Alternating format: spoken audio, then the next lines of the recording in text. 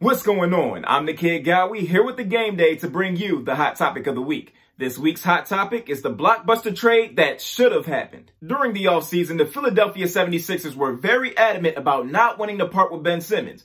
But as of recent, it's been reported that they actually had a deal in place that included Ben Simmons. You want to know what else happened during the offseason? Houston Rockets owner Tilman Fertitta came out and said that he refused to trade James Harden to the Philadelphia 76ers because Daryl Morey was their new GM.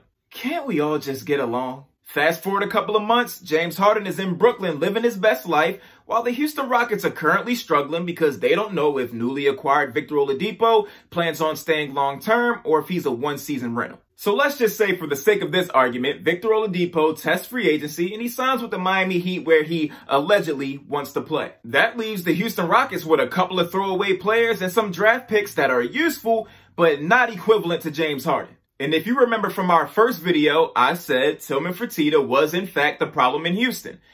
Does it seem any clearer now? The 76ers thought they had James Harden secured. They were offering Matisse Thybulle, Ben Simmons, and draft compensation. In fact, it was actually reported that they reached out to Matisse and Ben's agents to prepare them for a trade. But thanks to Tilman Fertitta, it never happened. In other words, this is another example of Tilman putting his pride before the Houston Rockets. If it doesn't sit well with him personally, he's not going for it. Not only was that the cause for the Houston Rockets' current demise, but it also could be a problem for the future years in Houston. After only a couple of games in Brooklyn, the narrative around James Harden is already changing, and it's becoming more clear who was the actual villain in Houston. And unfortunately, it wasn't a player, it wasn't a GM, and it wasn't a head coach. It was the owner, Tilman Fertitta.